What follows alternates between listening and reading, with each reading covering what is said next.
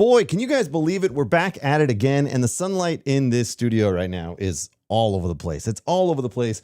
If you could see what I see, there's like butcher paper covering the windows. I built this thing years ago, and I never quite got around to building or getting like proper shade situation set up in here. What do you call that? Blinds.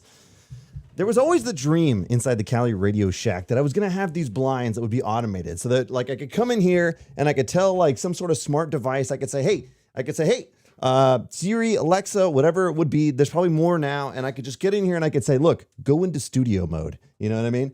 And you'd have to say it like, maybe I could code it so that you'd have to say it in a romantic voice, like go into studio mode. And it would be like, everything would lower.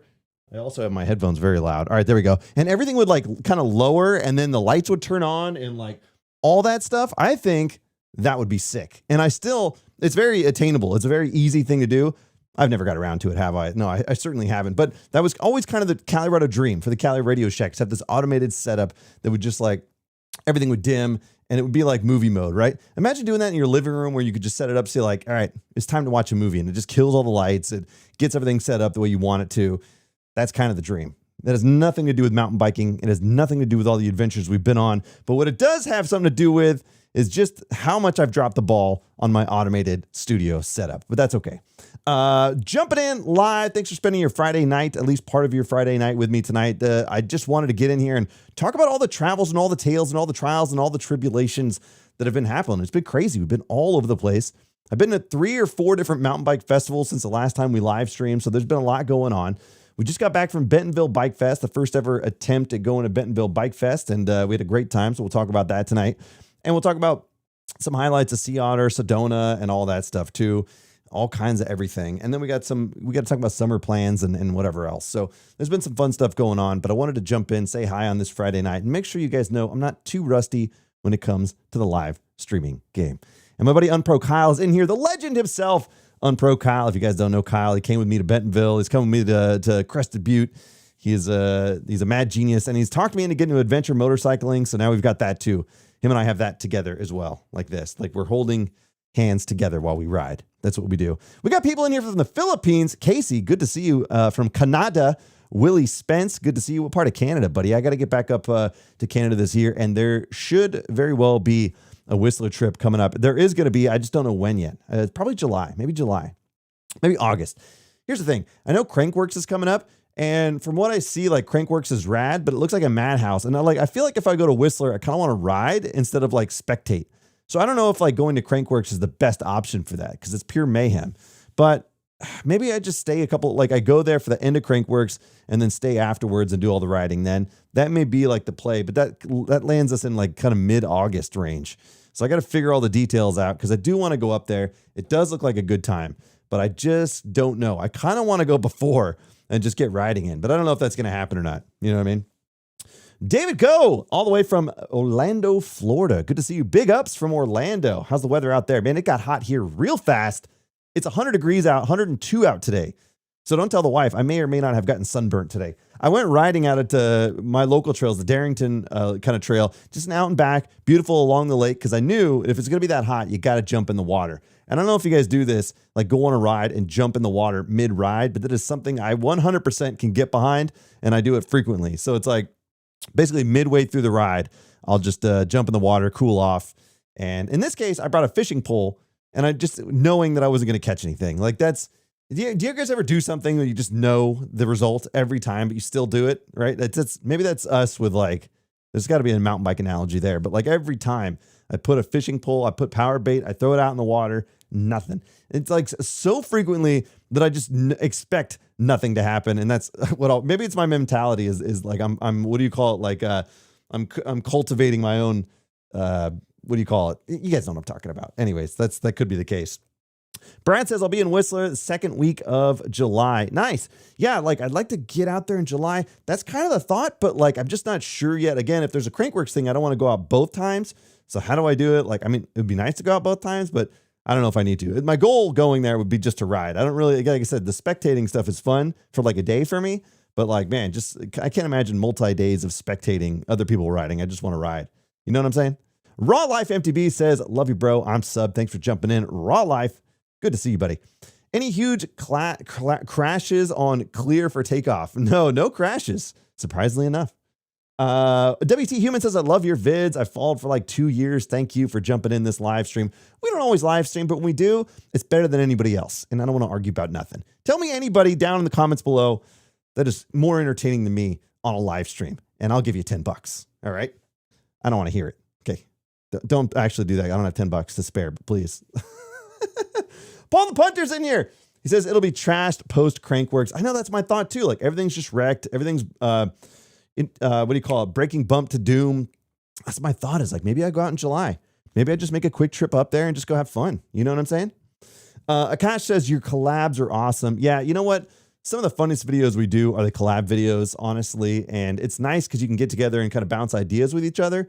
And so like when Jess and I get together, or Seabass, AKA Normal Mountain Biker, and I get together, or Kyle, or we did some good ones at the Bentonville Bikefest as well. It's just fun, man, because you can just get people involved, and it's kind of like a group event rather than just me out filming and acting by myself. So it's kind of nice when we can do this collab stuff, especially when everybody's kind of a little bit closer now, which is pretty rad. What's up from Fairfield? Oh, man, the 707's in the house. Pixel, good to see you. Good old Fairfield. I love it. Raw Life's in Australia. He's in Australia, mate. Good on ya. Raw Life. I'm going there. All right, fair enough. Come to Oz during Crankworks. Yeah, you know what? I would love to make it to Australia. That is 100% on the list. If I go out there, I want to do multi-weeks, like, because it's a long time flight-wise to get out there.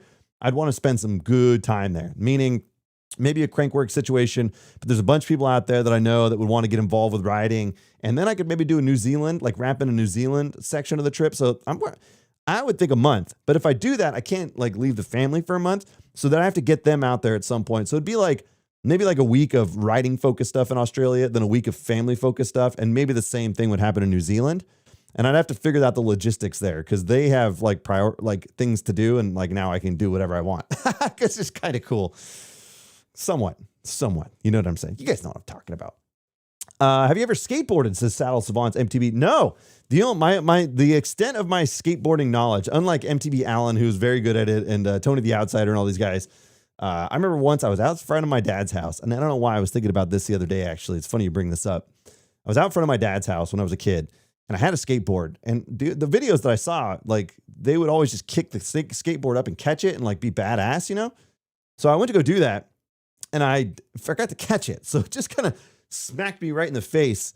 And that might have been the last time I skateboarded, actually. Like, it just took a skateboard to the face, doing nothing. Isn't that funny, though? It's kind of like when you go mountain biking or whatever else, that's kind of like when you get injured, right? Is when nothing extraordinary is happening. Like, you're just like, the biggest crashes I've had is when I've let my guard down and I've just slipped, like on a gravel, and I've got a big old scar here because I just slipped on gravel or something, because I just like, this is easy, I don't need to pay attention, and then boom. When you're locked in, when you're going down a double black diamond, you're plowing through chunk, right?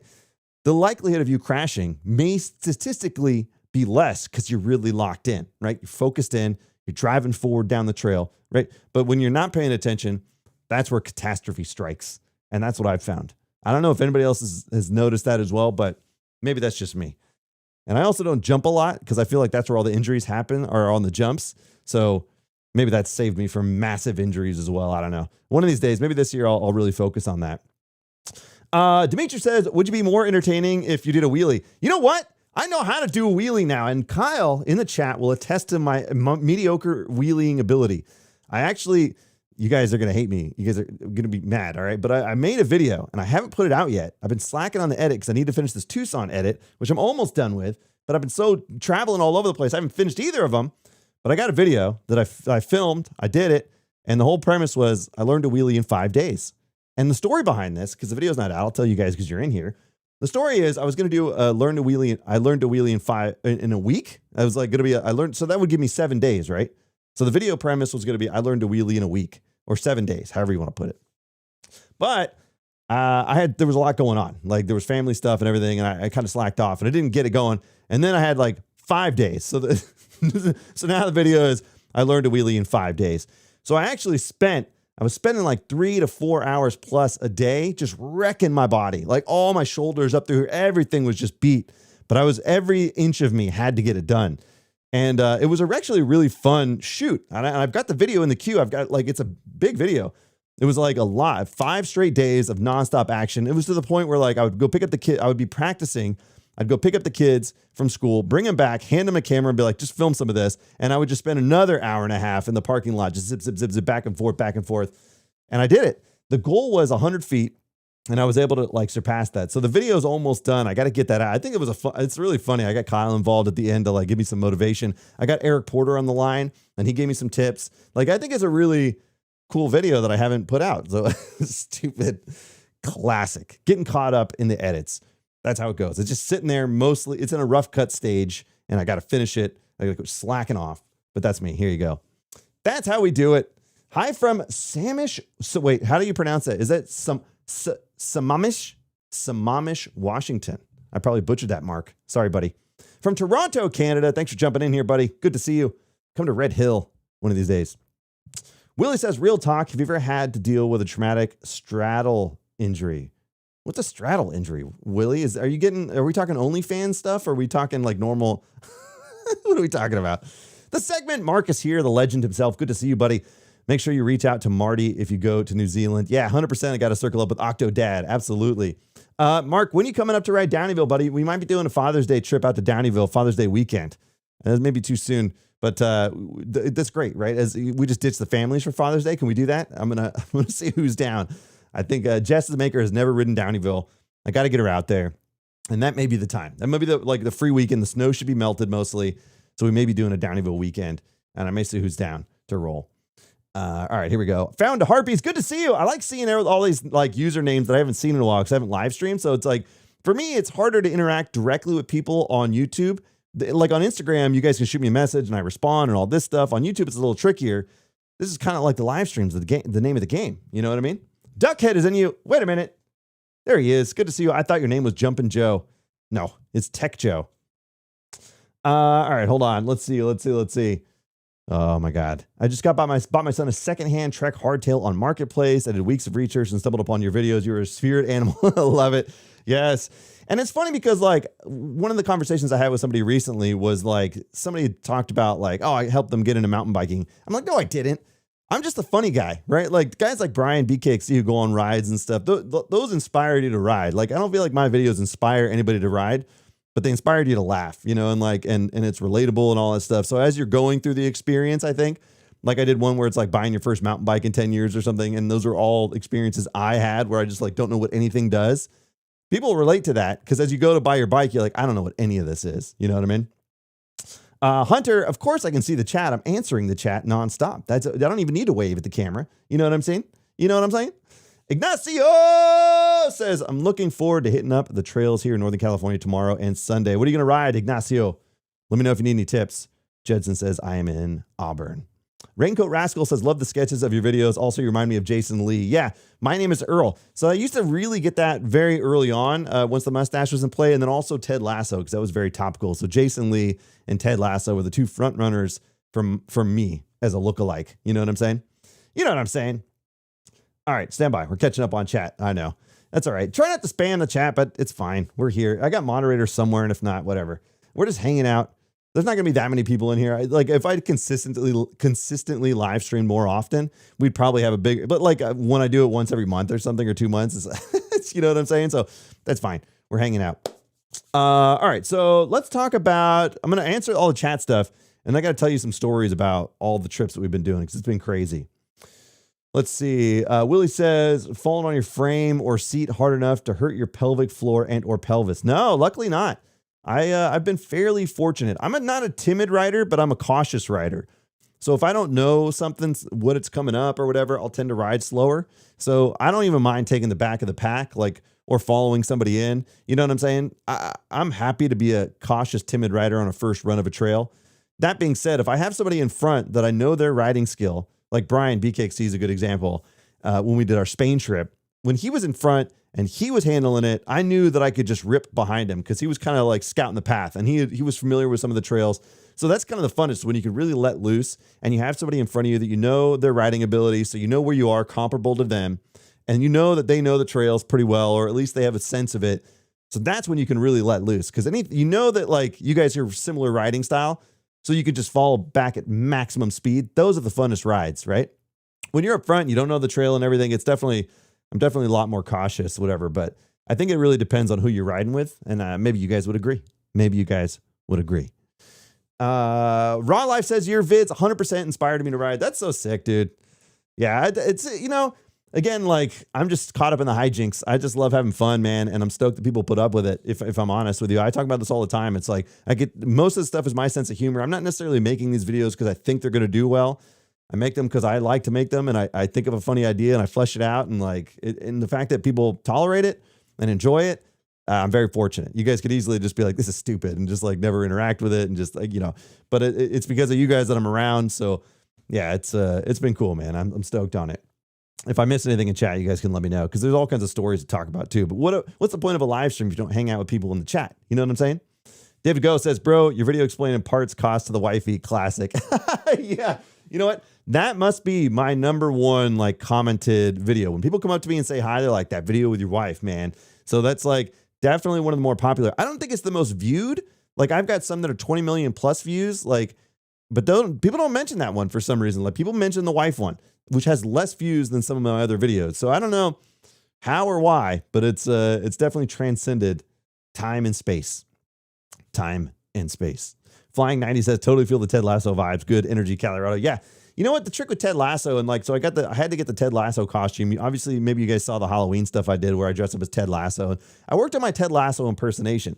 And the trick was slight Southern drawl with positivity, right? And I can't do it now because I don't have any warm up here. Like I almost need to watch a clip so I could catch it again. But really it's like if you're doing a Ted Lasso thing and you could really do it, just slight Southern drawl and a hint of positivity. You just got to be like, I think you're doing great.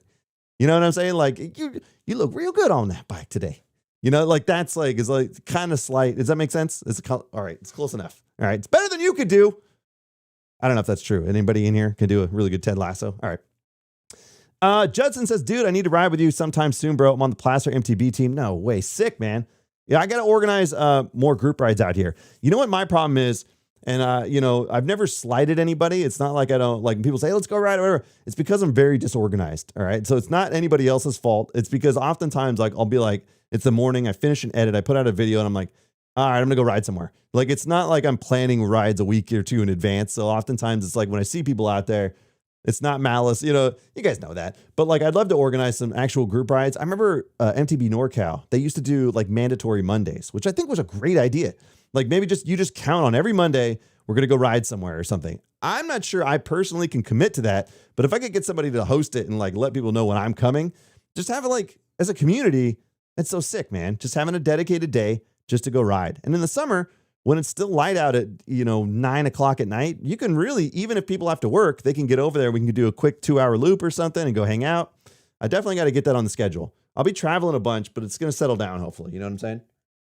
Mm-hmm. All right. What budget bike do you recommend? You got to define budget, Casey, I suppose. In my opinion, if you were to ask me my opinion, which you kind of are, but I'm sure people in chat have their opinions as well. I would say budget is somewhere below 3,000, but that might not be true for everybody. Because depending on you could get crazy, right? I think, and again, that's really not probably budget, right? So everybody's talking about that new Walmart Ozark thing, which is, I would say, exceptionally budget. Right. I'm not going to make a video on it. Don't worry. Every other content creator is going to. Could the Ozark handle Whistler? Guarantee you somebody puts that out within the next 2 weeks. If not, I owe you money. Right. Somebody's going to do it. And we're going to see it happen. Watch. Prediction number 1 right here tonight. Prediction number 1. And then I almost think the Ripley and the Ripmo AF are tremendous deals for the price. They're 25% off right now. And they're monster bikes. If you got a Ripmo AF, that's it. That's really all you need. Nobody needs to convince you need anything more than that. You can shred everything on that bike. And it's sub $2,500. You know what I mean? So those are I think that's a really good deal. But I don't know if you guys would agree if that's a budget bike, right? I'd have to confirm with chat on that one. You know what I'm saying? I'd have to confirm with chat. Trail Monster's in here. Good to see you, buddy. Good to see you. He does kind of look like Ted Lasso. Yeah. You know what? I wish I would have brought my aviator glasses in here. You guys would have seen it perfectly. You would have seen it. Saddle Savants MTB says, if it wasn't for you, I wouldn't have gotten into mountain biking. Thanks for all the inspiration. I can't believe it. It's crazy. Thank you, man. I appreciate it. I never thought of that. I was just thinking I'm just doing nonsense out here, but to inspire people is really cool. I think of guys like Brian who have gotten so many people into mountain biking. I firmly believe mountain biking is the greatest thing on the planet. Once I got into it, it changed everything. Obviously, it really did change my life, right? It's unequivocal that it changed my life. I'm full-time at this content creation thing now because of it. And I love it. Every time I go on a ride, I feel better. I enjoy the outdoors. It's catapulted me back to the outdoors. I love being outside all the time. And I got mountain biking to thank. I owe a lot to mountain biking. So anytime I could tell somebody, go try mountain biking or any way I can steward people into this sport is it's a no-brainer, right? I'm like a drug dealer for a good drug. You know what I mean? The drug of life. The drug of life. Casey, yes, good to see. Oh, from the Philippines. Yeah, see, that's tricky. I don't know what you can get out there. You know what I mean? I don't even know what's going on in the Philippines. How's the riding out there? All right, hold on. Let's see. I'm catching up. All right, what's the best beginner bike? I don't know. Again, same thing. It's what do you you got to define your riding styles too? There's just such a long question and answer situation there because to me, you want a trail bike. If you already know you're going to love mountain biking, a trail bike at 130 or 140 travel or something is probably the ideal range. It's going to handle almost everything. But if you've never mountain biked and you don't have a ton of money, a hardtail is probably the best play to get started, Get a feel for it, get on some easy trails, mellow trails, just get a feel for it, get used to it, and then you can go from there. I would never recommend people drop $6-7 on a new bike if they've never mountain biked before. That's maybe what happened during COVID, right? So many people just started throwing money at bikes because they were scarce and you had to get what you can get. And then a lot of them didn't stick with the sport because you kind of got to be a glutton for punishment when it comes to mountain biking. I don't know if you guys would agree. I would agree with myself, and that's got to count for something. But you've got to be a bit of a glutton for punishment. If you're going to do climbing, you gotta accept a little pain with that pleasure, right? It's the climbing is painful when you first start mountain biking. It really is. I remember my first ascent on the mountain bike and I almost died, but I was hooked. Once I saw the vistas out in Lake Tahoe and everything, I was hooked to the sport. But we have to be a little bit of a glutton for punishment. So I've always found that the harder you make something, the less likely people are to do it. And a good example of that is hiking or something. Let's say there's we got Folsom Lake out here. There's a big lake. You could drive up to it. You could jump in the water. That's very easy. When you go to those beaches that are accessible like that, there's hundreds of people right on that beach. Now, if you block off an entrance so you can't whatever, and you have to hike to a beach, there's nobody there. If you add just one element of complication, you can have a private beach for yourself. And that's what I do when I go out there. I'll take the kids or whatever, the family, and we could and I do this myself too when I'm on a ride. You can ride around and then just go have your own little private beach because it's just slightly inconvenient to get back there. And I would go the slightly inconvenient route over any other route almost 89% of the time. Is it the math check out on that one? Okay. That's good enough. It makes sense, right? Does that make sense? That makes sense. Okay, good. Duckhead says a good rider can ride anything, anywhere. And that's 100% fact. I thought it'd be funny to do a video if you had a pro rider on a crappy bike and a really a average rider on a really expensive bike and see who'd win. And we already kind of know the answer, don't we? You can give them a crappy ass bike and they'd still just destroy me on a trail. So I think it's kind of funny. Yeah, don't get caught up too much in equipment. Just work within your means and find something. And really, the used market is probably clutch right now, right? So there's probably tons of great bikes on the used market.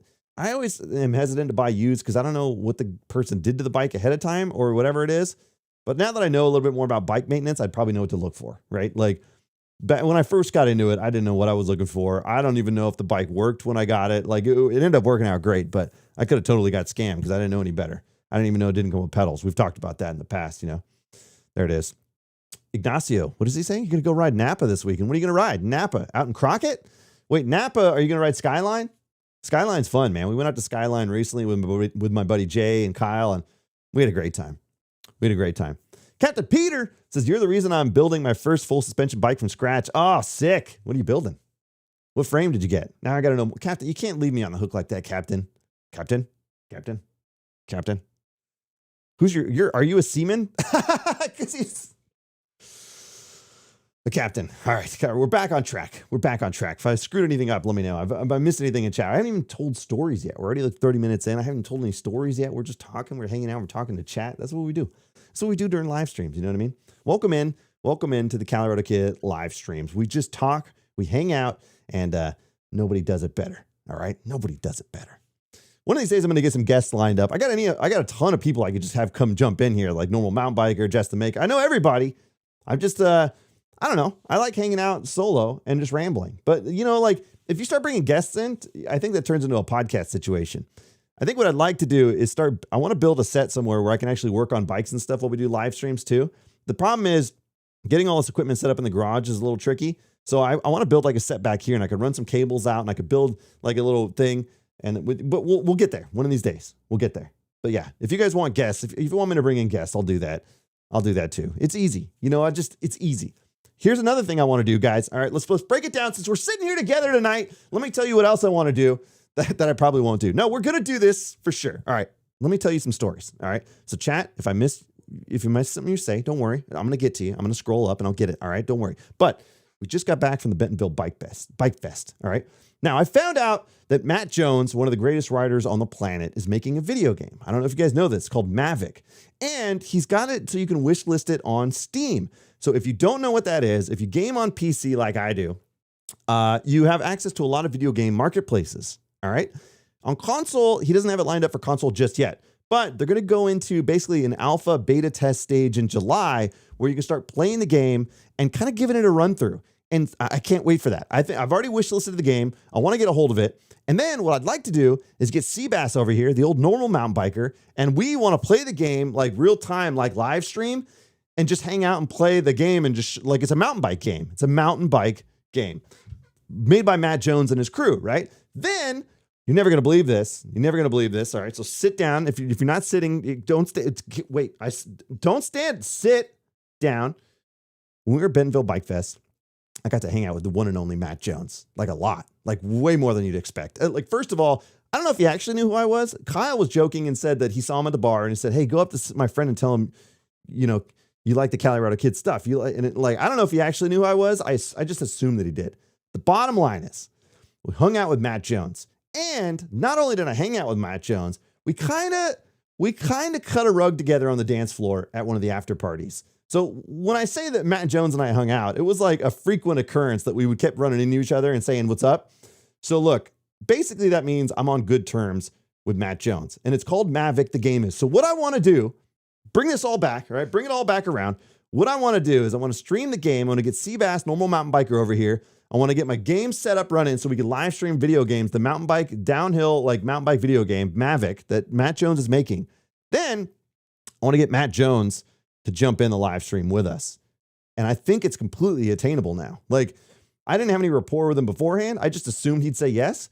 But now that we've just really dominated a dance floor together, it's just like a no-brainer. And if you guys don't believe me, there's video proof. All right. I didn't post any of this. Okay. This is exclusive. This is an exclusive live stream thing for you guys. All right. I'm going to scroll through, and I should have uploaded this properly. But if you guys don't believe me that I was dancing with the legendary Matt Jones at one of the after parties at the Bentonville Bike Festival, this is just one of many stories, and I'm going to tell tonight. All right. Here it is. Hold on. Let me unhook this thing from the charger, and let's hope I can find one of the less inappropriate ones. All right. Here you go. Stand by. Let's see if I can get the camera. Hold on. Yeah. Okay, here we go. This is the Colorado Kid and Matt Jones at the Bentonville Bikefest. Let's do it.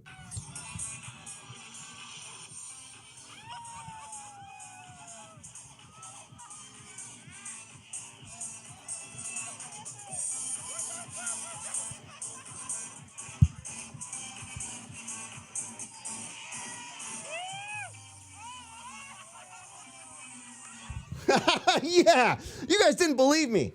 All right, but there it is. Proof in the pudding, live to you guys behind the scenes that now I'm on basically on bro terms with Matt Jones. So that was really sick. It was cool, man. So we ended up hanging out like at a bunch of different places, but I'd love to do like a live stream with the video game and all that stuff. So it was pretty funny. Anyways, like what what a time, man. And let's just dive right in. let's just dive right into the Bentonville Bikefest. That's one of many crazy stories from the Bentonville Bikefest. We had a wild time out there, and it was really cool. So if you didn't know, if you weren't following along, I've been meaning to get there for years. It finally made sense. Finally locked it in. My crew over at Everyman Jack, they're like, all right, we're going this year. We're getting a booth. We want you there. And they are the coolest people on the planet. Brad and Lonnie from Everyman Jack. They have the best vibes, man. And so anyways, Brad and Lonnie were there. We got a booth set up and everything. And my buddy Kyle came too, Unpro Kyle, the legend himself. And we got out there and we were just ready for everything. And there was a few thunderstorms that rolled in. So it kind of hampered some of our riding that we did, but it didn't hamper like the amount of fun we had. So on Thursday night, all right, let me tell you this. So on Thursday night, they have basically a VIP event where they kind of like open up the festival. And so it's like the organizers of the festival and everybody's there, like Kenny and all these guys. They give their speeches. They kind of announce what's going to happen at the festival. And so we're there, we're hanging out. And then like they have this live like breakdance performance. Like, so they announce, all right, here's everything. Thanks everybody for coming. And then they have like a live breakdance performance happens, which is fairly short. And then they have a DJ playing, but like nobody's out on the dance floor or anything. It's just like everybody's just sitting there with the red wine. And so our crew, me, Kyle, Lonnie, Brad, we kind of had to like open up the dance floor. All right.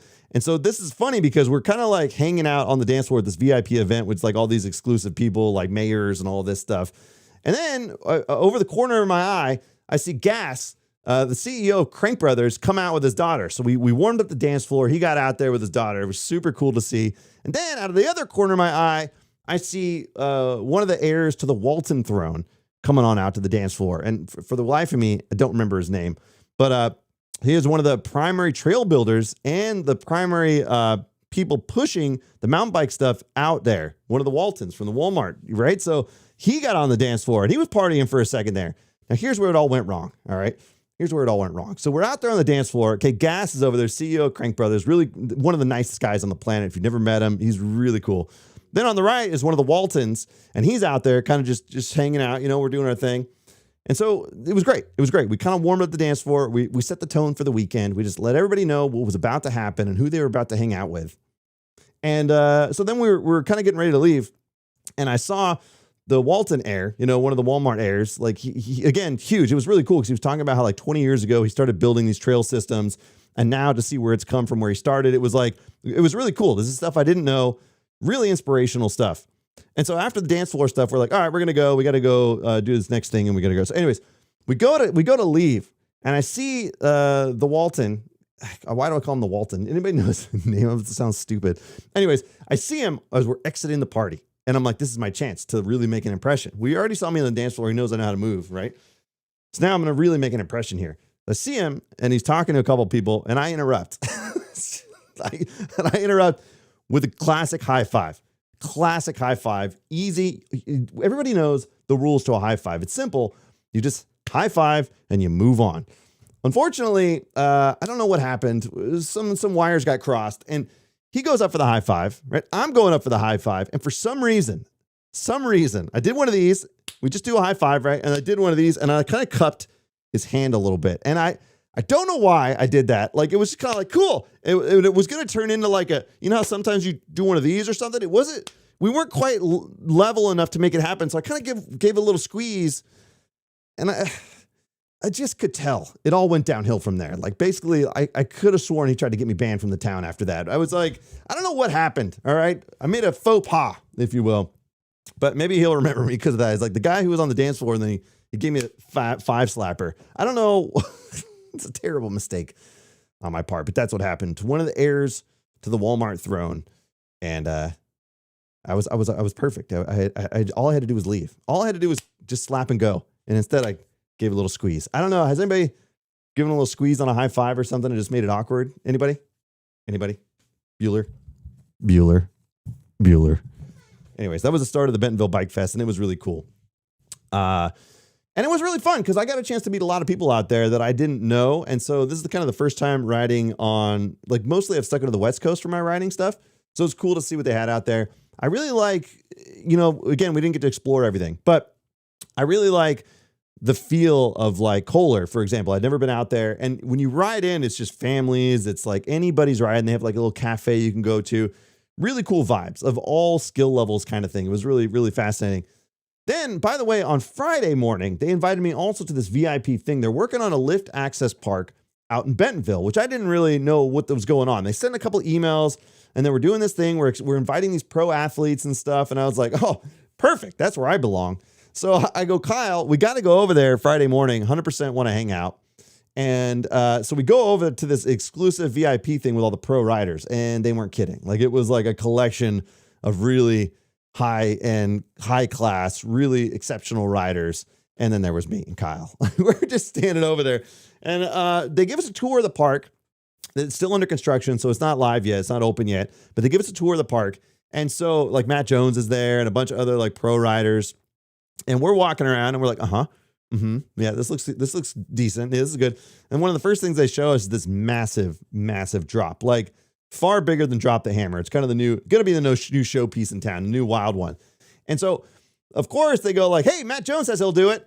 So Matt goes up there, does a quick little look, and then just goes up and just sends it. And this thing, like, if you look, I've got some video of this, and we posted it to the stories on IG. If you look at the length of this drop that he does, it's like you can count like seconds in the air, and that's how you know how big it is, right? It's like you can count 1, 2, 3, and then he lands. You're like, that's a big one. So yeah, it was a pretty massive drop. So they let people like send it and just to get a feel for it. So a few people sent that drop, and then we kind of like, then they started shuttling us. So they were taking us up to the top of these trails, and they had multiple jump lines laid out. And so we're like, in my mind, and this is a joke waiting to happen. I think I've made this video before, but in my mind, you would take people down kind of the blue or the green jump line just to get a feel for it. That is not what they did. And Kyle and I were not expecting what happened next. This is the greatest moment of the Bentonville Bike Fest for me. So they take us up, they shuttle us up and bring all of our stuff up to the top of these 3 different jump lines. And you have the option to join in. Well, everybody's running a party lap on this one. So we're like, all right, let's just follow them. This looks pretty straightforward. So we jump on this jump line, which we didn't really know what we were getting into. We're just kind of like, all right, let's go. And so we start, and the first jump is like pretty basic tabletop. So Cal and I both like, boom. Oh, that was sick. Cool. This is great. This is gonna be a great trail. And then the next one, boom, got it. We're pros. We're pro athletes basically at this point. Third jump gets a little bigger. Minor case on the back wheel, but that's fine. You just recover on the next one. That's how it works at a jump park. And then they just get bigger. And they get bigger. And they get bigger. And so like then at this point, we're basically like coming down this pro line jump course. And the best part about this is that they have hired professional photographers to get photos and footage for the promotion of this new park. So all these pro riders are sending over these jumps, doing big whips and all this stuff. And we're talking like step ups. We're talking tabletops. We're talking all kinds of big stuff, right? And so Kyle's leading the charge here. I'm kind of letting him set the tone. Luckily, we're bringing up the rear so none of the pros see how bad we are. All right. We're bringing up the rear and we're getting bigger and bigger. These jumps are getting massive. And I'm like, oh man, I'm not very good at jumps. All right, guys, let's get this out of it. Let's clear the air real fast. Anyways, we're coming down this thing and we come up this one. It's a big step up, massive. Both of us just come up halfway short. Like basically just like, go, like this, right? And at that exact moment, when we come over this tabletop and this is a step up and we land hard and we're just, both of us kind of like, you know how you when you case something, you're like, oh. We're both doing that situation. All we see in front of us is multiple cameras and flashes like, just like we're in a Hollywood production. And luckily, I was wearing a full face. I did get some riding footage of this. It would be funny to, like, I wish I had it queued up. I haven't even looked through the footage yet. But just, we're both just like, oh my God, damn. So every now and then, you need a bit of a humbling experience. And that was it. Like, it wasn't the fact that we sucked at the jumps. I knew I sucked at the jumps. But when the photographers went off, and then, like, as we passed, everybody's like, damn it. But I think I'm in the clear, guys, because 1, they're never going to hear this live stream. They're never going to listen to this. And 2, I had a full face helmet on, so it's entirely possible you couldn't make out the mustache under the full face. And if that's the case, we're off the hook. Unfortunately, Kyle, they're all going to know who Kyle is. So Kyle totally screwed up. And we're going to blame it all on Kyle. And luckily, he's not in here anymore. But I'm counting on you guys. If anybody ever brings that up, you say, man, I heard Kyle really cased those jumps, man. Calirado nailed it. He said so. He said he has video proof, despite the fact that there was a corruption on the card, the memory card. I don't know what happened. There was a corruption on the memory card or something he said, but like he showed it. We know it. Look, he wouldn't lie to us. You see? Everybody just blame Kyle. Okay? Are we in accord? Do we have an agreement? Beautiful. Mm-hmm. I like that. I like it. Saddle Savant says, I went on a ride with a friend and I went in for a fist bump and he fist bumped his palm. Yeah. What did Jess does that one time where she calls it like a turkey. Like, right? Like instead of in COVID, you couldn't want to high five or shake anymore. So you'd fist bump and then somebody'd go in for like something else. And you get like, it looks like a turkey, right? Okay. Anyways, we're getting distracted. Yike. Got to get humbled at times, Joe. I know. You know what the funny thing is? Like, I know I suck at jumps and I just like don't ever feel like practicing jumps. I'd rather just go ride, but I should prioritize that. I think this year, that is going to be the priority. My goal is to learn a bunch of different stuff this year. And one of them was learning how to wheelie. And I've got it. I pretty much got it. It's just a little inconsistent because like I've been having a shoulder issue. So like pulling up on this kind of like been bothering me.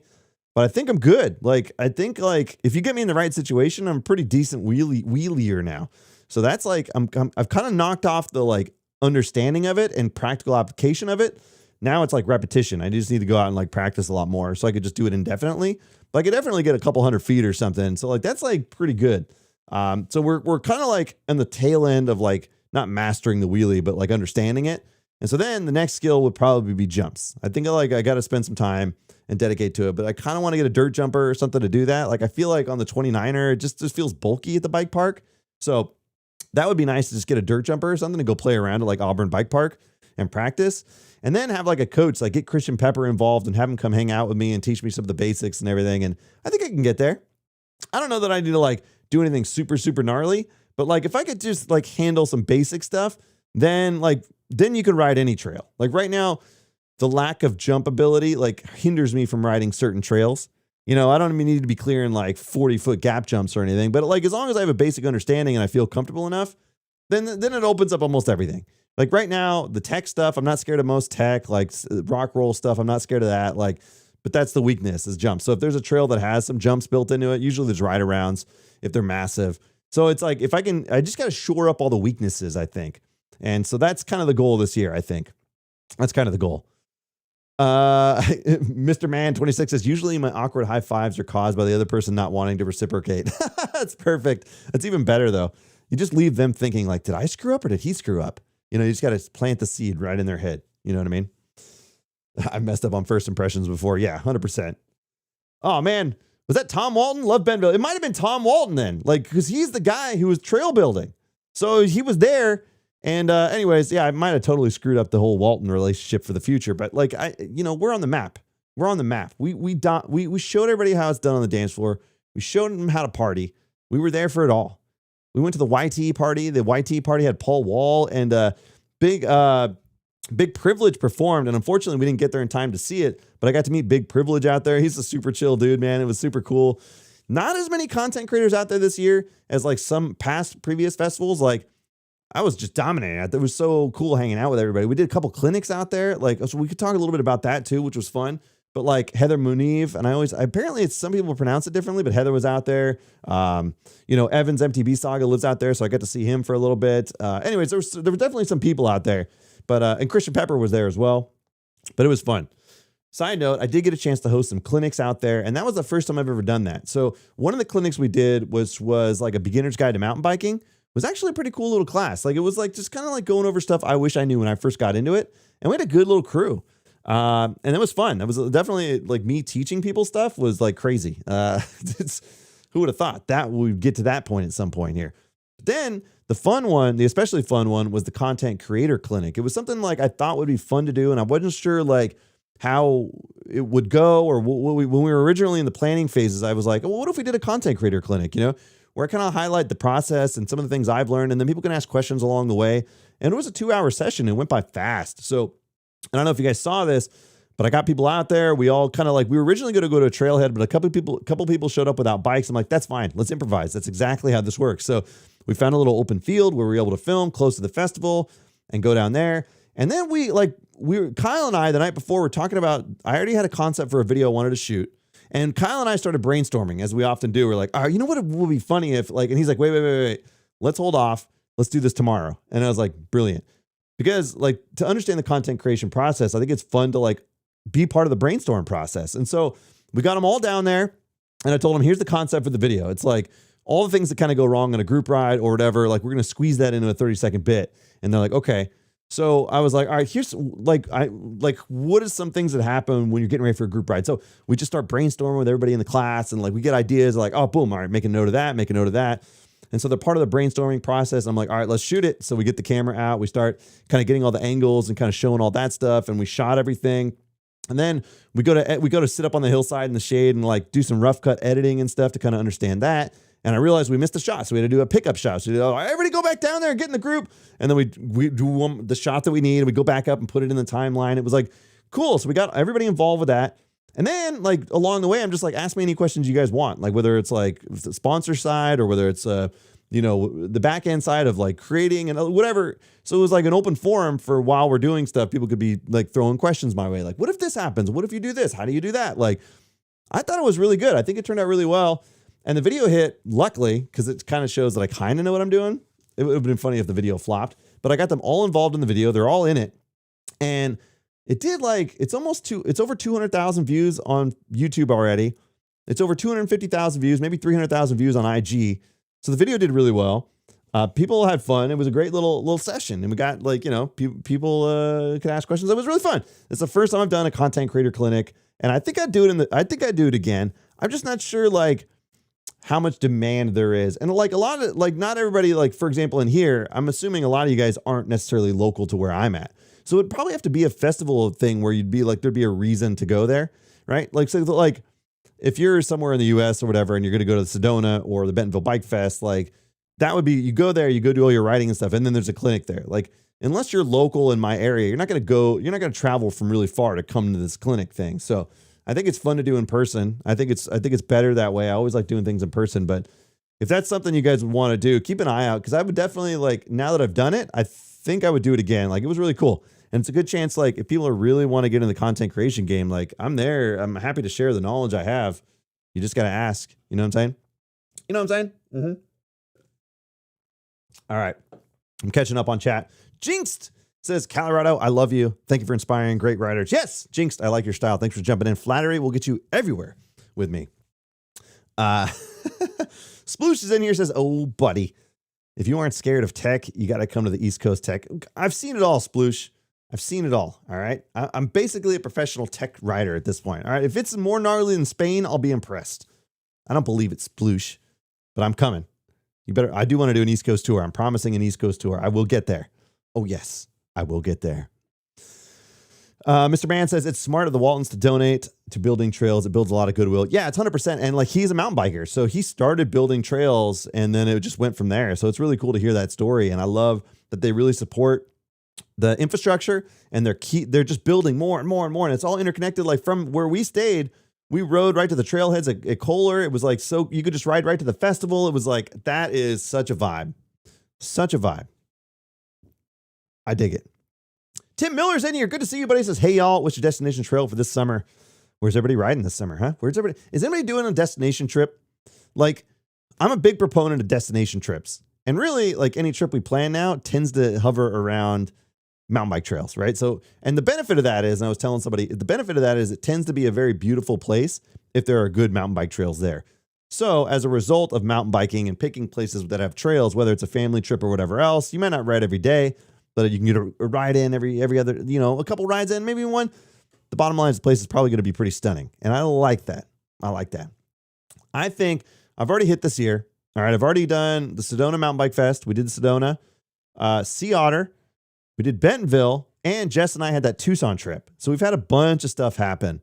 And I got to talk about Tucson too, man. We haven't even got to the Tucson stuff because, boy, oh boy, did we have some fun out there. But let's catch up with chat first. Mr. Mann says, I'm always looking to get back to the western slope of Colorado. I live in the Front Range. I love Fruita and Grand Junction. Yeah, Fruita and Grand Junction are such a unique style of riding compared to, like, other parts of Colorado, which are mountainous and stuff. I love the juxtaposition of the two terrains. It's really cool. It really is. Stone Wheels Music says Bentonville in a couple of weeks, then New Mexico, Colorado in August. Yes, I like your style, man. Covering some ground. Archer says, can you send me a set of wheels? What wheels? You guys think I just got free stuff laying in the garage. We were rotating stuff out.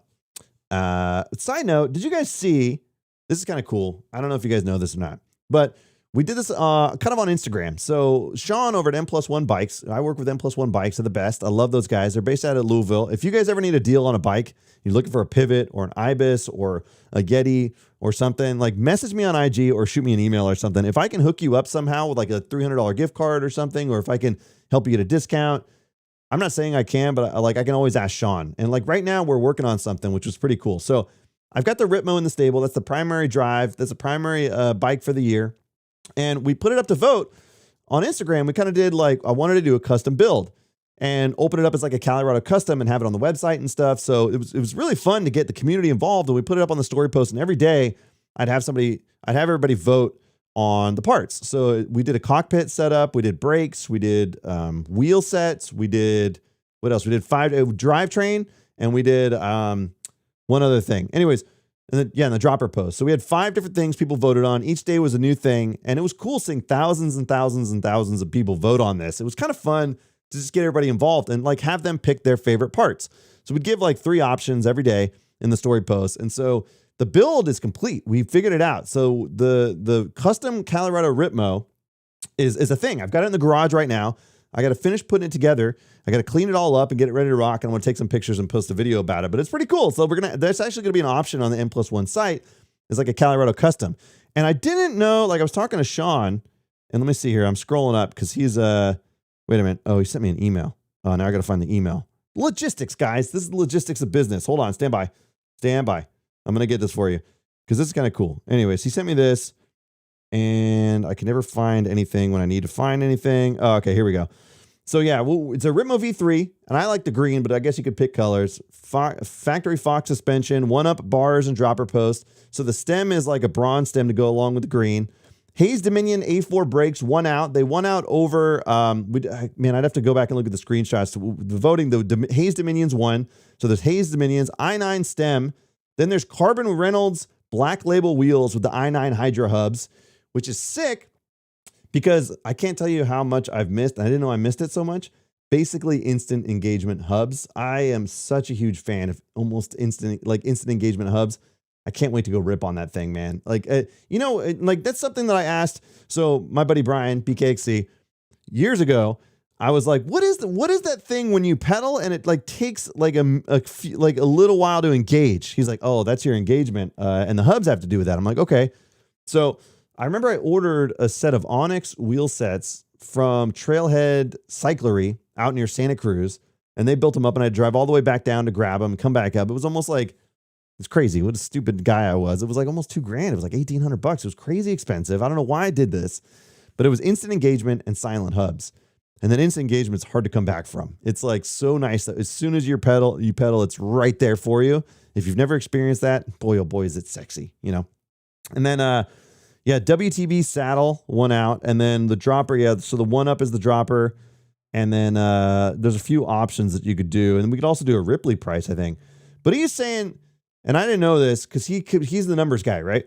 He said the retail price of all that stuff with the Ritmo, the build, the brakes, all the custom carbon wheels, everything, it's $9,299. And he said he's going to do $7,799. So what is that, $1,500 off or something? Then you can use the Colorado code to get $300 off. I know I'm getting distracted, but this is me kind of learning as I'm talking to you guys, so I apologize. So then if you use the code KID300, he says, or mention Colorado Kid, you get a $300 gift card with the purchase of the build. That's crazy. And if you did alloy wheels, it's $6,699. That's sick, dude. I got to post about this. This is basically he just sent me that email. I haven't really gone over it. So it's a cool custom Colorado build, huge amount of discounts. Plus you can get a $300 gift card. So it was a cool way to get the community involved. I guess that's the point of my story. It was fun to see what everybody came up with because I didn't pick any of the parts. Basically the community voted on it and that's what we ended up with. So it's kind of cool. Anyways, I got distracted and we're back. I'm back. All right, here we go. I'm back on track. Trail Monster says, I wish I would have known you were in Tucson, Mount Lemmon are my home trails. Yeah. Let me tell you, Mount Lemmon was really cool. That was definitely the highlight of the trip for me. Other than, guys, I don't know if you saw the Tucson stuff that Jess the Maker and I did, but we shot what could arguably be defined as one of my favorite videos of all time. And I don't know if you saw this. Hopefully you did. If not, pull it up. Basically, we shot some stuff at Old Tucson, which, okay, we originally had calls with Visit Tucson because they wanted to, I reached out to them. I was like, I'd love to go out there and help talk about Tucson because I heard it's phenomenal. And so we got on the horn and Jess is like, hey, do you think we can get access to Old Tucson? And I didn't know what that meant. So she's like, go look it up.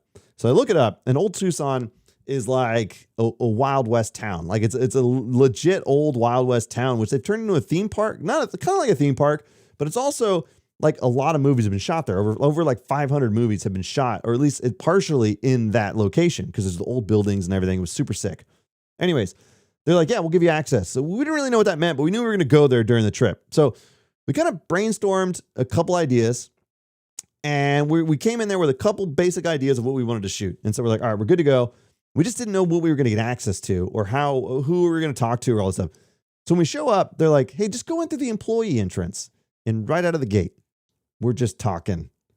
We're like, yes, this is going to be great. So they send us in. We walk into the employee entrance, and then basically we meet this guy. I think it was Greg. And I'm like, it's been long enough now that I'm starting to forget people's names, but he was the head stunt guy. So he used to be one of the stunt guys out there. And what they do is at this park, there's basically like shootouts live on the street. They have fist fights. They have wholly scripted like events that take place. So like somebody kicks their way out of the bar and they start arguing mid-street.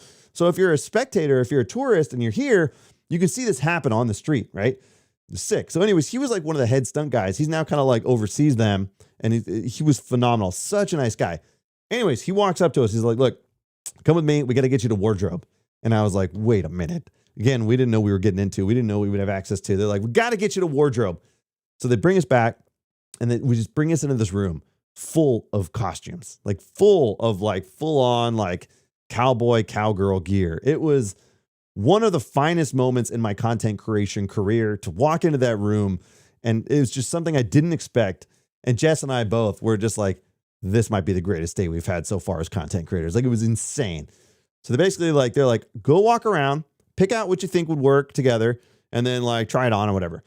So then like, again, if you guys didn't see this, like, hold on, like this is like one of the greatest things in history to me. Like, so we walk out and let me see, I'm going to bring up while we're bringing this, cause there's a lot of costumes going on here, but we walk out and we basically just fine tuned it, but it was one of the coolest things ever. Hold on. I'm finding, there's actually a picture with us and the people who organized this, and Greg was there. And I'm finding it now. Here we go. Anyway, so we walk out, and this is the coolest thing on the planet, right? Look at this. Oh, man. It was so rad. This is the stuff of legends, the stuff of dreams, the stuff where you say you got to pinch yourself.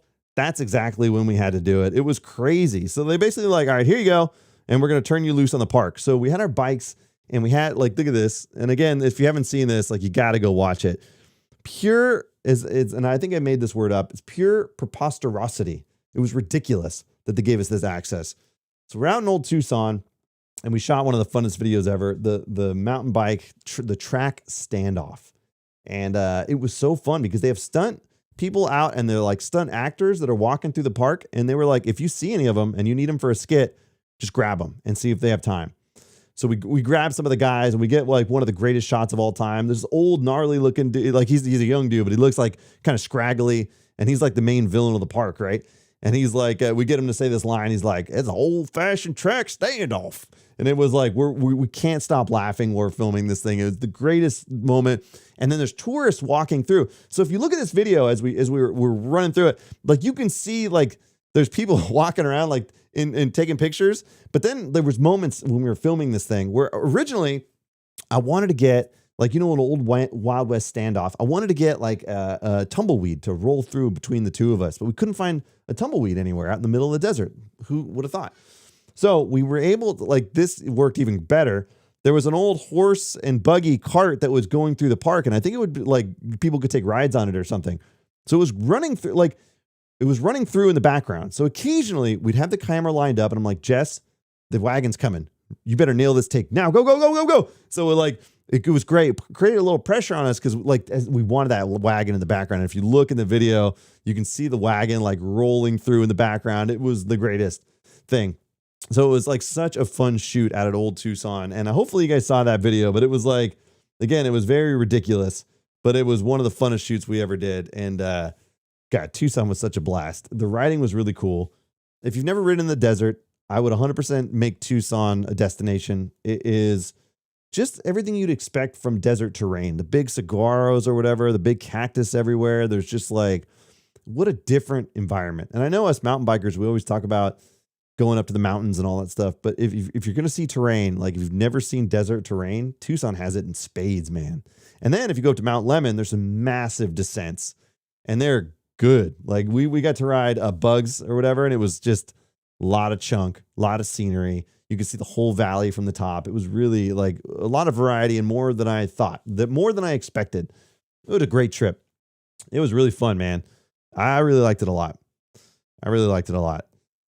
Yeah, like the Western, like again, I should just bring the next time I gotta like set it up so I can just show clips while I'm talking to you guys. But like that video is one of the all-time greatest. It was so fun.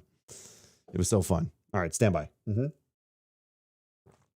Tim Miller says, Joe, can you shout out to my daughter, Addie? Is it Addie? Who's watching with me? She just got back from Tahoe. Addie, thanks for jumping in. Appreciate it. If it was your birthday, I would sing you happy birthday, but it's not. So I'm just going to say hi, and I'm going to say hopefully you had a good day. You know what I mean?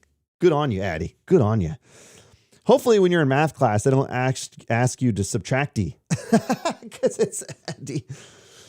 Okay, sorry. Let's get back on track, shall we? Let's get back on track. Chat, you got questions for me? Feed them to me. We're already been at this for about an hour. You know I could ramble all night long. We're not going to do that tonight. I'm not going to hold you guys hostage. It's a Friday night. We all got to go to the clubs, the clubs, right? But that's anyways. So we did Bentonville Bikefest, very eventful, really cool. More importantly, networking. We did one. So we shot one with some trials riders, and I've never done trials riding before. But we did it. I was on a podcast, and then like they pulled me aside, like, "Hey, dude, we'd love to do stuff with you." It was like the Shindig crew. They're called the Shindig. Like, you know how you take a pedal strike to the Shindig. The guys were awesome. I didn't know they were world famous. Like one of the guys, Andre, that was in the video, he's like a 9-time world champion or something. He was on America's Got Talent. So I started looking at his account. He's on all these TV shows and stuff. Like, and he was the nicest guy. I love that, man. I love people with good vibes that have done a lot of great things, but have such good vibes. It's easy to get like, when you get international superstardom, it's easy to like brush people aside and not like take the time with them, but he was so cool. So the whole crew was great. So if you look at the trials video I put out today, like he's in the back, he's the one who jumps up he's insane. He was on America's Got Talent. It was crazy. So it was cool hanging out with those guys. Like just networking with people was just an exceptional experience. I thought it was really cool. Flying 90 says, how do you come up with your name? California plus Colorado. Yeah. So the story goes, and I've told this story before, but I'm happy to tell it again. So we'll tell it quickly. All right. The bottom line is I grew up in California, and I was working in radio, not as an announcer, as a broadcast engineer. So I was fixing everything and setting up podcast studios. It turns out I know what I'm doing. And anyways, I got a job opportunity to go out to Denver. And so when we got out to Denver, my son was born right in the transitional move between California and Colorado. So I used to joke around and call him the Colorado kid. And we were out there for a couple years, and then I moved back to California. We ended up in LA for a few years and then back up to where I'm at now in SAC. And so anyways, like that's where it kind of stemmed from years ago. And I don't know how I landed on that when I started the name of the channel. Like I was going through a lot of stuff. Remember I had like single track sampler. I was trying to think of like really clever names. And I had at one point, I wish I would have kept it. I had like a list of names I could have used, but the Colorado Kid was just landed supreme. And a lot of people think I live in Colorado because they just read it as Colorado Kid. So it's great. It's anonymity. And then nobody really knows my actual name. You know, people that stick around long enough, it's easy to figure this out. But people that just like get into it are like, I never say my name for the most part. So it's like pretty rare that people actually know it. And it turns out my wife once did a Google search for like Colorado Kid. And the first thing that comes up is like, what's Colorado Kid's real name? So anyways, that's kind of a fun little short story for there it is. There you go. All right, we got it. There you go. We got it. How do you get a sponsor for your YouTube channel? Oh yeah, so it depends. Judson, this is a long but also short answer, kind of. So let me tell you how the sponsorship thing started for me real quick. And everybody in chat that's not interested in this, just stick around with me, okay? It's good. We're hanging out on a campfire. I'm just telling stories, all right? We're just telling stories. So the way that it started for sponsorship stuff is it was social media for me. So it was basically like, the way I first started is, let's say, for example, I used an Insta360 in my video or something, right?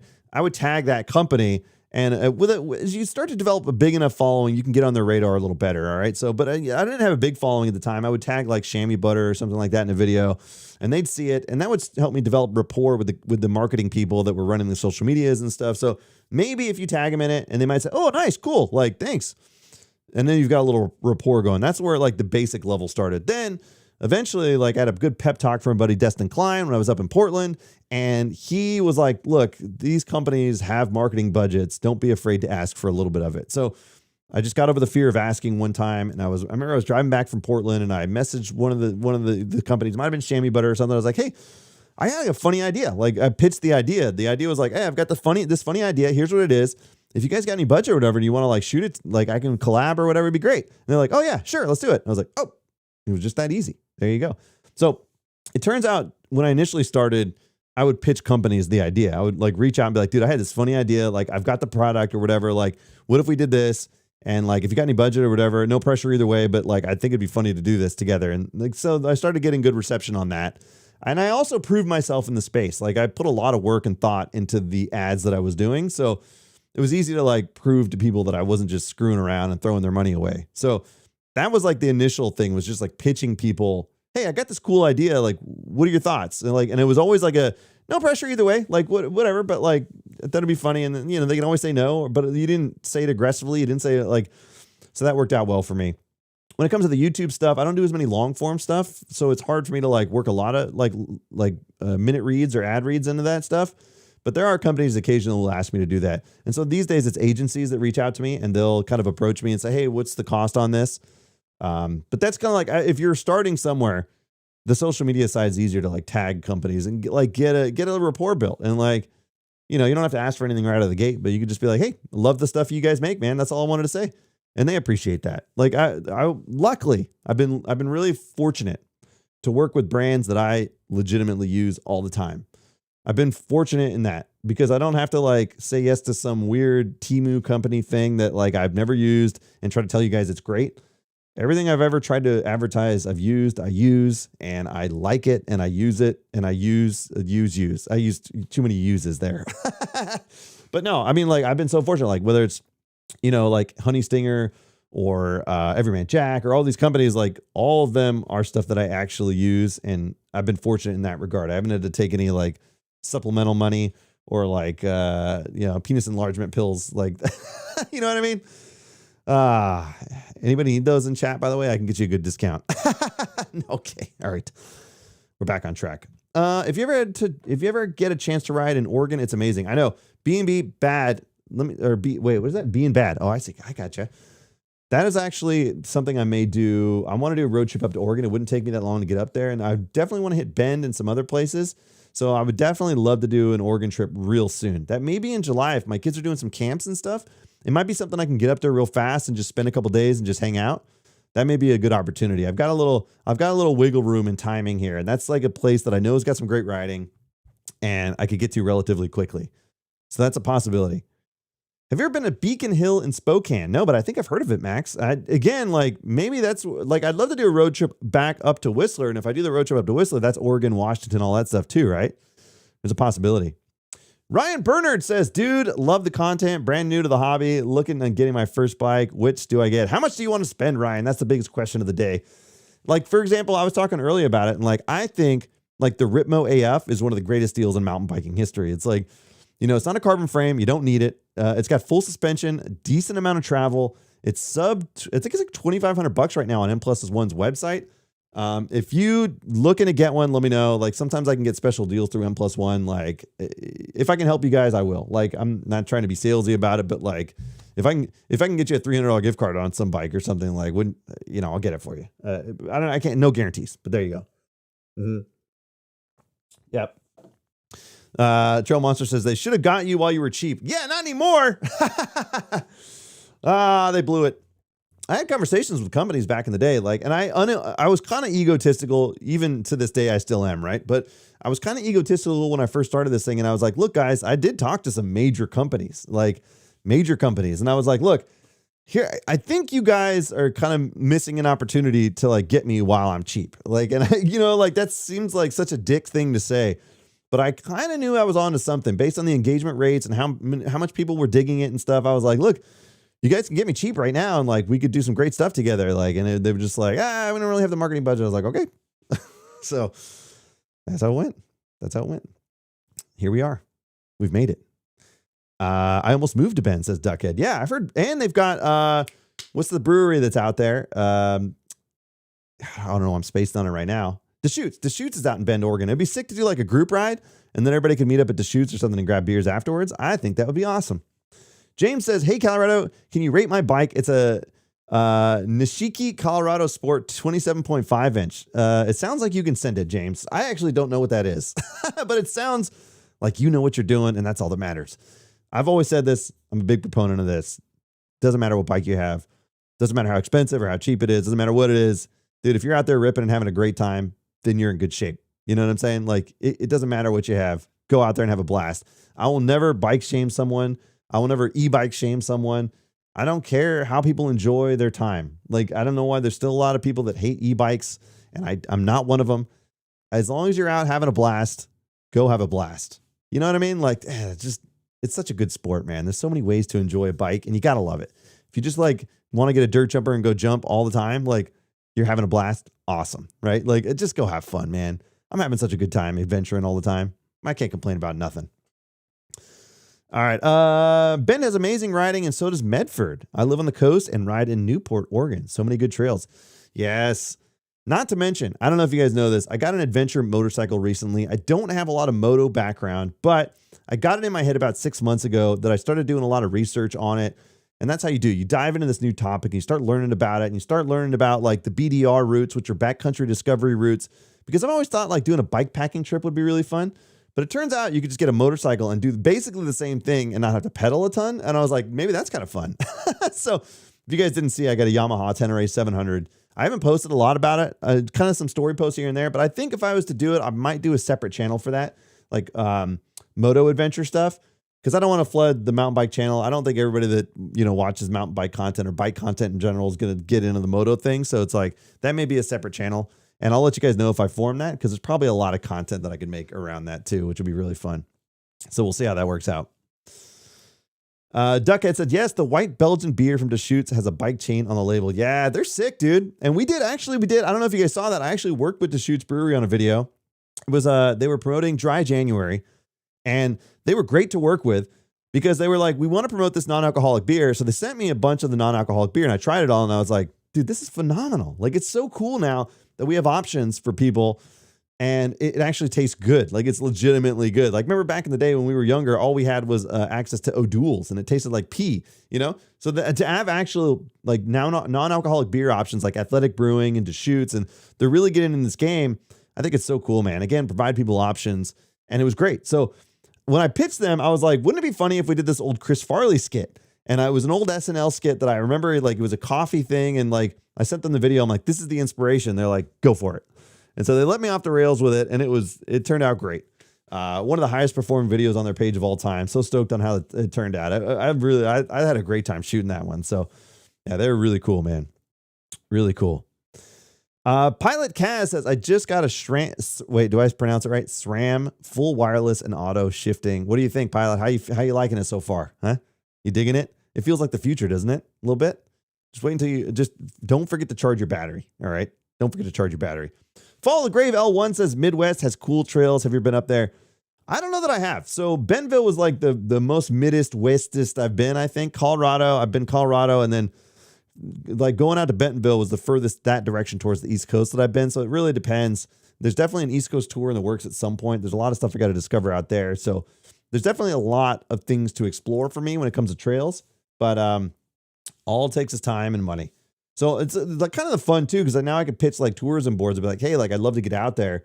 And it helps me like reduce some of the costs associated with traveling, because that's the hardest part. This is a lot of money to get hotel rooms and, flights or gas or all that stuff. And so like, being a full-time content creator now, I'm basically just gonna be broke forever, but happy, right? And that's fine. That's where I want to be. I don't care. I'd rather be happy than rich. So I could be both, but I don't think it's going to happen doing this. But I'm happy and I'm out exploring. And so that helps offset some of the costs sometimes of going to places, which is cool. I think it's a good compromise. You know what I'm saying? Mm-hmm. Mm-hmm. Yeah. Why the hell don't we have Back to the Future hoverboards? I don't know. We've been waiting for it. I swear when we were kids, we were convinced that was a real thing. Like we saw them, we're like, dude, those are coming out. And like, I don't know who spread this rumor. Does anyone remember this? Like, I swear to God, we thought that was real. Like we thought there was going to be hoverboards. Like Mattel planted the seed were somewhere and we're like, oh yeah, we're actually working on this tech and we got it almost ready. Maybe we were just dumb kids. Maybe that's the thing. Maybe nobody actually did it. Maybe we were all just like, dude, that's real. We didn't understand how Hollywood worked. Maybe I think that's far more likely now that I think about it. And I kind of just broke my own heart right there, right? Real time. You guys saw it happen. You saw it happen. Real time. Lightsabers. Yeah, exactly. Trail Monster says, Eric, BC POV, went into the moto content. His channel, Unamoto, is doing great. Yeah, he's a great storyteller. He really is. And it's so fun. Like there's always trials and tribulations on every event and every ride. And there's always he's always able to frame a video with great storytelling and eventful things that happen within it. I'm not as good as he is, that's for sure. But it's like, imagine wrapping the comedy stuff into it. There's a big audience when it comes to the moto side. So it just depends. I still spend 90% of my time on the mountain bike, maybe even more. So it's not like I'm riding moto all the time. So it's like, I'm not fully immersed in that world yet, but I've already got a few ideas because I've started riding and I've definitely dropped the bike once or twice, but they're made to do that. That's why you install the crash bars. You know what I mean? 25LQW says, people underestimate being happy over income. I left my full-time job, do my own thing and hang out with my kids more. I'd never go back. Yeah. And it's huge. It really is. Like it was definitely a drastic leap to go full-time. And luckily it's been working. I don't have a lot of stress on my shoulders. I've got enough deals in place that it's not like I'm like scared all the time. It's really like we're on an even keel, man. We're feeling good. We're looking good. As you can see, I'm getting kind of tan. And yeah, I've got the kids and everything too, but everything's been handled okay. So it's like now it's just like focusing on making content and going out and adventuring and hanging out with people. And it's been kind of the dream. And yeah, I'm getting the kids out riding more often now, which is great. Like Franco's actually getting better. It's been good, man. Again, I don't have anything to complain about. It's you don't always have time to sit back and reflect on what you've done or where you're at. But I try to. It's always stressful to like be producing content all the time, be on the hook to do it and all that stuff. But like you gotta take a step back and realize where I'm at now. And it's cool, man. I'm really fortunate. I really am. So I got to do more live streams. That's for sure. I really do like doing live streams because we just get to fly off the cuff and talk and tell stories. And I barely even touched on Sedona or anything else. But there is one more story that I want to tell, and we can answer questions and stuff before we close it out for the night. We still got a little while to go, guys. We're only an hour and 20 minutes in, but I don't want to hold you hostage all night. It is Friday night, and I'm sure we've all got really important things to do. I don't. I'm probably going to play some video games and then go to bed early. But what was I going to say? Yeah, so in Sedona, we went to the Sedona Mountain Bike Festival, and I reached out to the Sedona Mountain Bike Fest because we had talked about doing a couple collaborative things while I was out there, and I love those guys. One of my favorite festivals of all time. I really dig the vibe, and so I reached out to them, and they're like, I was like, hey, could you like maybe see if there's a place where you could set me up, like discounted rate or whatever else, and like they ended up like setting me up at this place called, I don't know if you guys saw this. This is crazy. This place called the Ambiente, which was like the fanciest place I've ever stayed at in my life. Like, I don't know if you guys saw my story post on Instagram, or I put a video up on YouTube as well about it. I don't think anybody saw it because like nobody likes to watch the event stuff. Like whenever I put a video out, nobody cares. But the place that we stayed at, it was like all glass all the way around. And it had these motorized shutters that would, open like this and reveal the mountains and the mountainscape and everything. It was crazy. They had like turn down service. It was like definitely well above my pay grade. And I remember when I walked into the lobby and I was like, look, guys, I'm a mountain biker. This is so out of place for me. And they're like, don't worry, the owner, he's a mountain biker. So we ended up hanging out. He was a really cool dude. He did a ton of volunteer work for the festival and everything. And like, it was just pure. It was exceptional. It was crazy how fancy that place was. And then I'm showing up with like muddy shoes and stuff. And I felt so out of place. Like kind of place where you had to give your vehicle to them so they could valet it. So I'd have to like go and grab my bike and like ride it. And they would have like golf carts that would take you back to your individual rooms and everything. It was nuts. Oh my God. I'm at home in a tent, guys. I don't know if you guys can relate to that, but it's like whenever I have to put on a suit, which I didn't have to for this trip, but I always feel weird in a suit. Like I feel at home in like riding gear now. Like, but like when I have to put on, I feel like I'm faking it. Like I feel like, does that make sense? Like, I feel like I'm out of, like, I'm putting on a roll. Whereas, like, yeah, I don't know. Anyways, I'm just saying I'm not a fancy guy. That's all I'm trying to say. That's the whole point. That's what we're back on track. 25LQW says, my brother does YouTube for a living too. Understand the balance. Yeah, you got to. It's an interesting game, always having to produce content. But if you like making content, you're going to be okay, I think, in the long run. I think that's why a lot of us have stuck around, because we actually enjoy making stuff. You know, it's hard. If you don't enjoy making stuff and you're grinding for a really long time, it's going to wear you down, I think, pretty fast. Stone Wheels Music says, enjoying the hang, gotta balance, keep it up, Colorado. Love your point of view. Thank you, brother. Thanks for jumping in here. And yeah, we're not getting too far from closing out shop. I don't want to hold you guys hostage all night long, but I wanted to tell a few event stories and things like that. And yeah, in terms of plans for the rest of the year, it's like going to be pretty light for the next June and July when it comes to travel. So I may in July try to plan a trip maybe up north and hit Oregon and Washington or something and just do a quick road trip. We're going to see. But everything's planned. We're just winging it for a little bit and figured out where we go from there. There's a lot of destinations. Like I heard Quebec has got some tremendous riding, and I may be like going up to Canada to be sick, but I definitely think a Whistler trip's going to be on the books. The fact that I've only been to Whistler once, and yeah, there's just definitely a lot of stuff I got to do out there. So hopefully that is in the plans for this year, and that will be sick. So we did Sedona, we did Tucson, we did Sea Otter, we did Bentonville Bikefest, and now we're back home for a little while. I got to go build up the Ritmo in the garage, which is the new Colorado custom build. It's going to be sick. We're going to have it on the website and everything too. And then, yeah, I may have a new e-bike in the works. Cause like we got rid of the Shuttle AM cause Sean moved it. We sold it to a dude. Now I'm rambling, but we may have a Shuttle LT coming. So stay tuned for that. We'll see how that works out. Now I'm just getting distracted. All right. Duckhead says, Joe, you should have a broccoli head haircut and wear plaid PJs and yell bruh in Target. Bruh! Bruh! I could do that. I could make that happen. 100%. Okay, any more questions for me before we call it a night? Look, I've done the event rounds. I don't think there's any more major events coming up. Like, so I know they do the Northwest Tune-Up soon in Washington, but I'm not sure I'm going to be able to time that out with a Washington trip and then another Whistler trip. So I may be kind of sticking around home base pretty soon here. So just gonna kind of mellowing out, shooting my content, and it's already got exceptionally hot here. It was 102 out today. So we're basically in full summer mode, I think, already. So that's okay. We just got to be near a body of water. Like I did today, I just jumped in the water halfway through the ride and then rode back. A sweaty mess, but a good looking sweaty mess. So look, I appreciate you guys jumping in for this live stream. I know it takes time and you're committing on a Friday night, but I appreciate it. We're catching up. We're talking about all the events. There's tons of stories I probably didn't even talk about, but we'll save it for the next one. At the end of the day, I appreciate you guys hanging out. And if you guys, I don't think I have anything to promote. I don't think there's anything going on. There's no clinics. There's no classes. No group rides I got to talk about. I work with Insta360. They're rad. I probably have a promo code somewhere, but I don't know. I work with M+1 bikes. If you guys need any pivots, IBIS, anything, we could do it. We did a custom Colorado build. Let me know. Best way is shoot me a message on IG. I'll take care of you guys. And other than that, I appreciate you guys jumping in, hanging out with me tonight. And by the way, I got to take a moment to thank my Everyman Jack crew. They are one of the longest long-term sponsors I've had on this channel. They approached me years ago, and I was still in the early phases, and they were like, dude, we love what you're doing. Like, we'd love to get on board.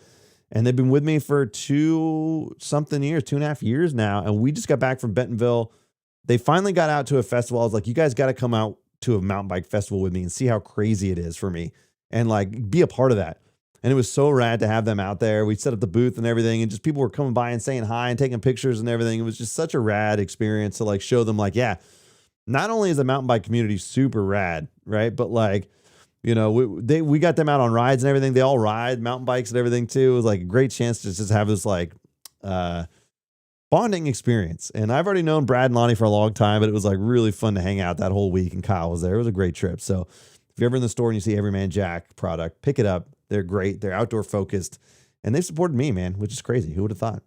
Anyways, I appreciate you guys being here. I'm going to call it a night for tonight. I'm going to go eat some dinner, and then I'm going to play around. It's still 8:30 and it's kind of light outside. Oh, you can't see. It looks dark out there. That's okay. Anyways, appreciate you guys being here tonight, and we'll see you on the next one.